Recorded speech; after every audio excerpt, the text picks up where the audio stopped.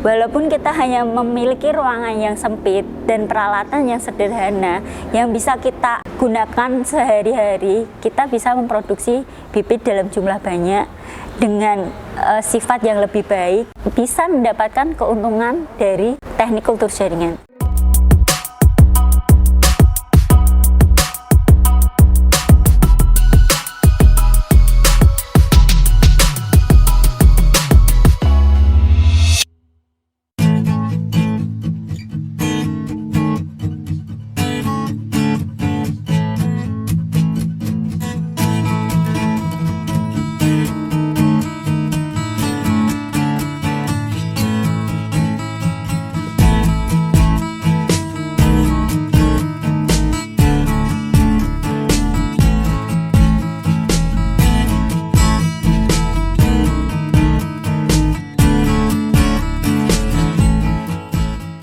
Awal mula mengenal kultur jaringan memang karena waktu itu skripsi dan tugas akhirnya bertema kultur jaringan Karika Dieng.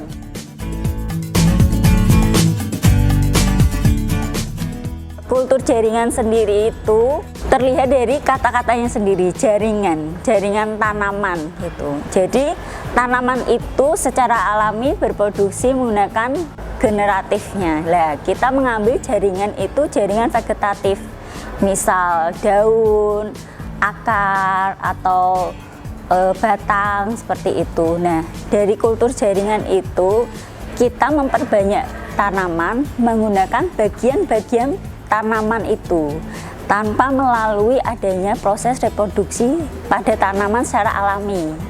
Nah, karena tidak dengan proses alami, kita membutuhkan bantuan. Nah, bantuan itu menggunakan alat-alat yang berteknologi tinggi. Nah, sistem itulah yang disebut teknik kultur jaringan. Nah, teknik kultur jaringan itu membutuhkan atau memerlukan kondisi yang steril, bebas hama, bebas mikroorganisme gitu. Jadi memang kita perlu skill untuk melaksanakan teknik itu. Nah, ada juga yang disebut dengan kultur in vitro. Kultur in vitro itu sendiri, in vitro itu merupakan pengembangan atau perkembangbiakan tanaman di dalam botol. Contohnya yang sekarang itu untuk kultur in vitro itu penaburan buah anggrek. Jadi kalau anggrek, karena anggrek itu sebenarnya kan buah atau biji yang sebenarnya ditabur di alam itu bisa. Nah, karena dia ditabur di dalam botol, makanya disebutnya kultur in vitro gitu. Nah, dari kultur in vitro itu kita bisa mendapatkan benih anggrek itu yang jumlahnya itu lebih banyak daripada kalau kita mengandalkan penaburan itu secara alami. Karena di dalam botol itu kita menjaga kondisi tanamannya, kondisi nutrisinya, kondisi yaitu tadi steril, bersih gitu. Jadi tanaman kita benar-benar jaga, kita pelihara, kita beri makan, setiap hari kita rawat, itu akan persentase tumbuhnya lebih banyak. Jadi kultur jaringan itu membuat kita menghasilkan produksi tanaman bisa dalam jumlah banyak dibandingkan secara alami, seperti itu.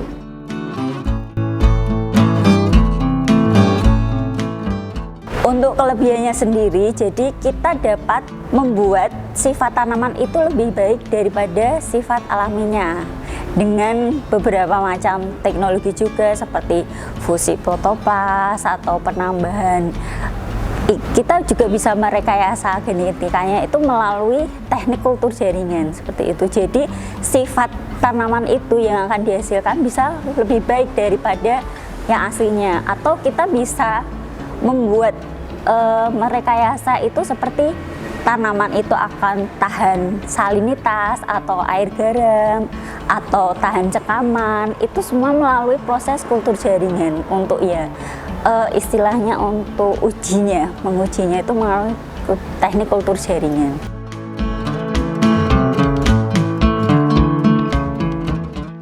Dari prosedur paling awal kita memang harus mempunyai pohon induk.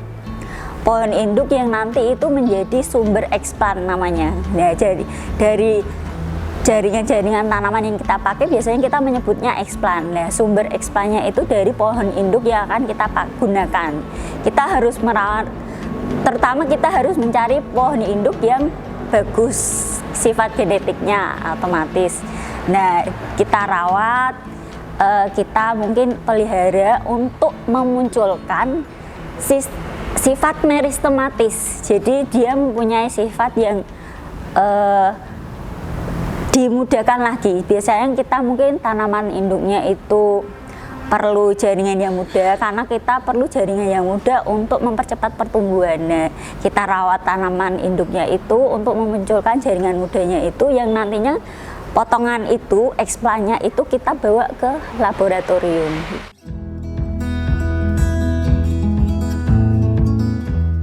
Karena kita akan menumbuhkan bagian tanaman itu di dalam lab, otomatis kita memerlukan jaringan yang masih muda, yang dia masih mengalami proses regenerasi.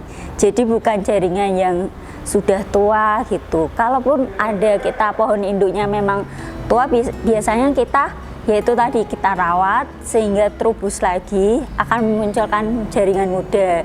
Jaringan muda itu biasanya berada di titik-titik tumbuh, misal mata tunas gitu, atau mungkin seperti kalau kita dapat biji itu di embrio bijinya, itu jaringannya dia masih meregenerasi. Jadi ketika dibawa di lab, dia masih ada sifat regenerasi itu dengan tambahan zat-zat kimia, nutrisi yang ada di lab, dia semakin aktif sifat regenerasi itu, jadi memunculkan plantletnya ketika dipotong juga bisa lebih cepat gitu. Bagian tanamannya itu daun bisa, daun terutama berarti yang masih muda, atau tunas aksiler yang samping, atau tunas pucuk itu bisa. Atau kalau ada yang umbinya itu biasanya kan mungkin umbi kentang atau seperti bawang gitu, lah itu kan masih ada jaringan muda. Terus kalau dari pisang itu kan bombolnya masih ada mata tunas, lah itu bisa. Terus dari misal tanaman hias itu aglonema dari mata tunasnya itu bisa gitu. Jadi daun, dari batang, dari akar, dari umbi, dari rimpang, misal jahe merah yang dikultur itu bisa itu. Dari bagian-bagian tanaman itu. Jadi tidak harus seperti kalau harus penyerbukan dulu, penyilangan seperti itu. Jadi semua bagian tanaman yang dia masih aktif meregenerasi gitu.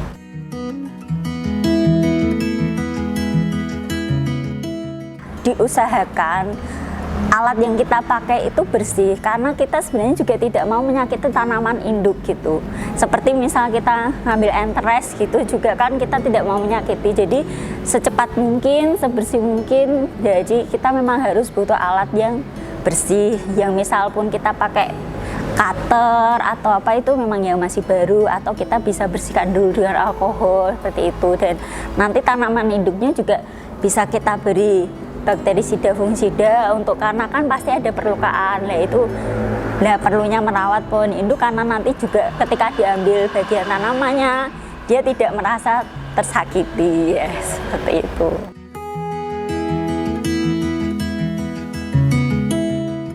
Di dalam kultur jaringan itu karena kita menanam di dalam lab. Kalau menanam di alam gitu kita menggunakan tanah. Kita kalau di dalam lab itu kita menggunakan media agar, tapi kandungannya juga seperti yang ada di tanah. Jadi ada unsur hara makro, hara mikro, terus vitamin, mineral gitu. Nah, pemadatnya itu pakai serbuk agar. Nah, untuk energinya kita ada penambahan gula. Nah, media tanam itu yang dikultur jaringan mempunyai resep-resep yang berbeda-beda. Setiap resep mempunyai namanya masing-masing gitu.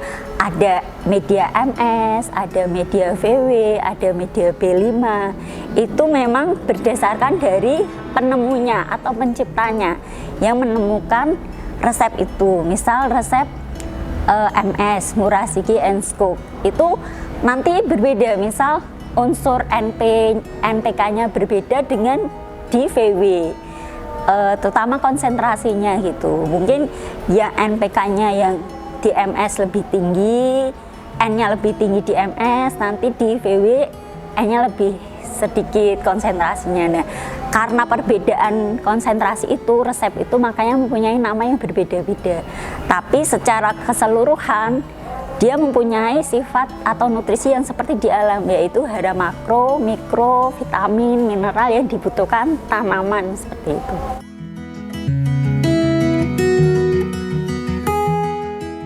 Kadang kita memang butuh itu. Jadi media MS, media VW itu juga dikenal dengan media basal atau media dasar. Nah, ketika media dasar itu ada yang memang bisa digunakan untuk segala jenis tanaman. Ada yang memang satu jenis media itu atau resep itu biasa atau seringnya dipakai untuk tanaman tertentu. Misal VW itu biasa dan sering dipakai untuk anggrek. Nah, tapi media dasar itu juga ada penambahan hormon, kalau saya nyebutnya. Hormon itu ditambahkan lagi ke dalam media-media dasar. Jadi media dasar itu masih bisa kita modifikasi lagi dengan penambahan hormon-hormon yang berbeda yang dibutuhkan untuk tanaman. Untuk misal menumbuhkan tunas, kita membutuhkan sitokinin, hormon sitokinin gitu. Jadi prosesnya tadi misal potongan daun dibawa ke laboratorium, setelah disterilisasi kita mau daun itu menumbuhkan tunas. Nah, kita modifikasi media dasar itu dengan hormon sitokinin untuk menumbuhkan tunas gitu. Lah itu tumbuh tunas, lah nanti akarnya mana gitu. Nah, kita bisa menambahkan hormon auksin untuk dia menginduksi atau merangsang pertumbuhan akar gitu. Sehingga di dalam botol itu tanaman itu akan mempunyai organ yang utuh, ada daun, batang, dan akar gitu. Jadi kita memodifikasi media dasar itu seperti itu.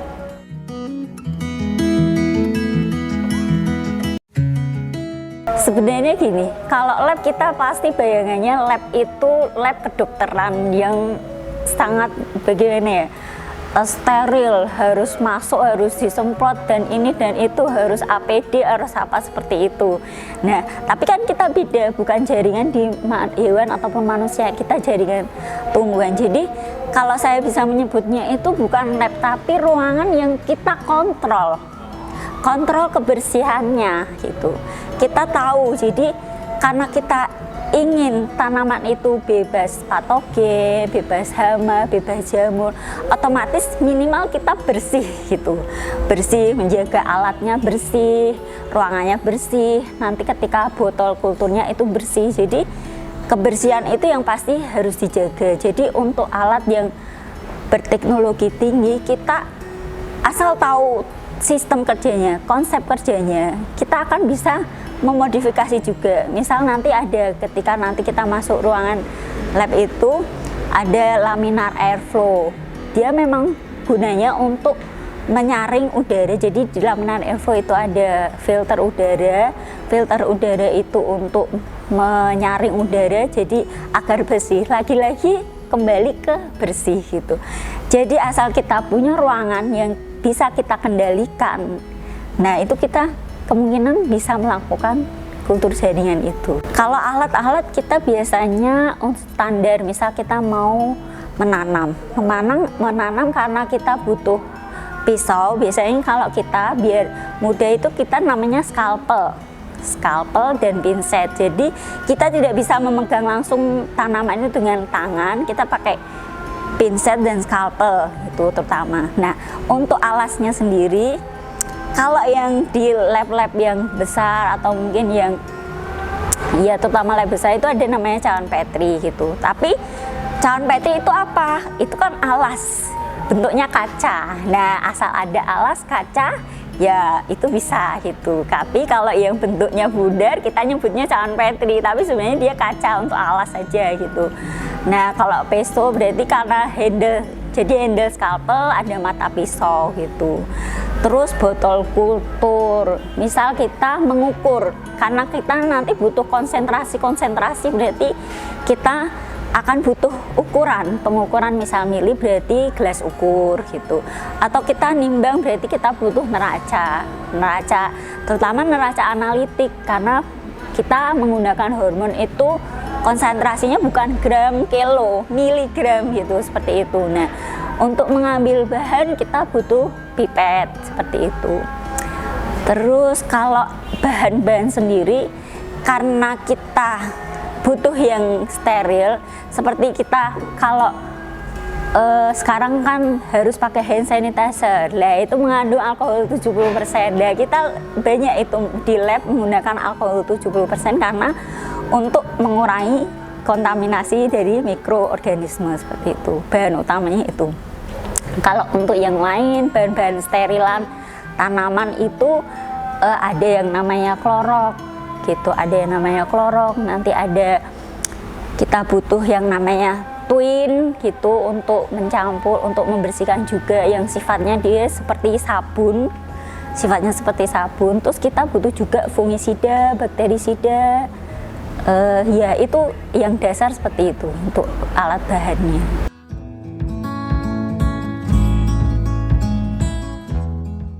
Awal itu tadi kita setelah menanam dari potongan jaringan tanaman yang kita sebut explant, masuk ke botol kultur dengan penambahan hormon dan lain-lain, muncullah yang namanya plantlet. Plantlet itu sendiri adalah hasil kultur yang memang dia siap secara organnya, jadi ada daun, batang, dan akar gitu. Ketika dia siap, umurnya siap, biasanya kita lihat apakah misal daunnya sudah hijau gitu, segar, terlihat segar. Nah, itu kita siap ke proses yang namanya aklimatisasi. Aklimatisasi itu seperti adaptasi tanaman gitu. Adaptasi tanaman. Karena tanaman sebelumnya kan kita rawat, kita jaga. Ini mau dibiarkan mandiri nih di alam nih, kayak gitu. Nah, peralihannya itu yang kita sebut aklimatisasi. Ada mulai dari itu, kalau di lab kadang dari lab yang biasa di rak berjejer, kita keluarkan dulu dari lab gitu, suhu ruangan dulu gitu. Jadi kalau misal labnya itu ada yang menggunakan AC gitu, biasanya kita penyesuaian suhu dulu keluar ruangan.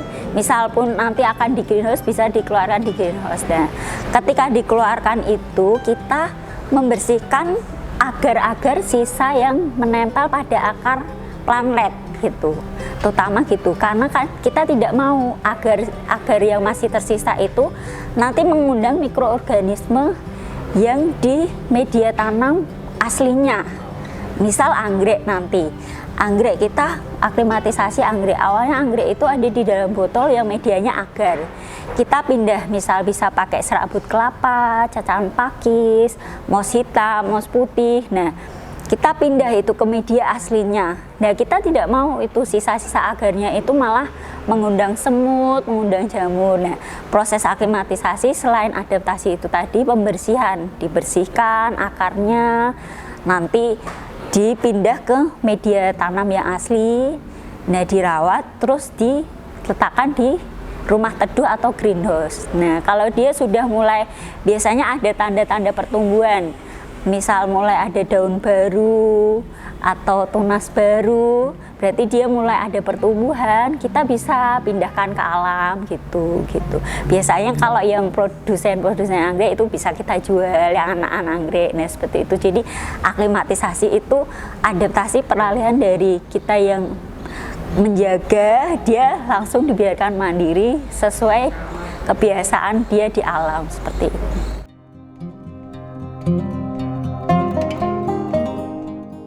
Kita pasti melakukan sesuatu ada tujuannya gitu. Jadi ada anggrek untuk konservasi, ada anggrek untuk komersialisasi gitu. Kalau anggrek untuk konservasi, jelas kita harus mengkonservasi sebanyak mungkin anggrek yang ada di alam itu, bisa kita hasilkan lebih banyak, lebih cepat, seperti itu. Nah, metode yang paling mungkin digunakan itu teknik kultur jaringan, ya. Karena misal dari satu buah anggrek itu, Kalau di dalam lab kultur itu bisa 80%, 90% dia berhasil tumbuh gitu. Tapi kalau dibiarkan di alam dia pecah, tersebar kena angin, belum tentu dia menempel di pohon atau menempel di lumut, kadang bisa ke tanah mati gitu. Dan kalau buah anggrek sendiri dia tidak ada cadangan makanan seperti biji-biji yang lain gitu.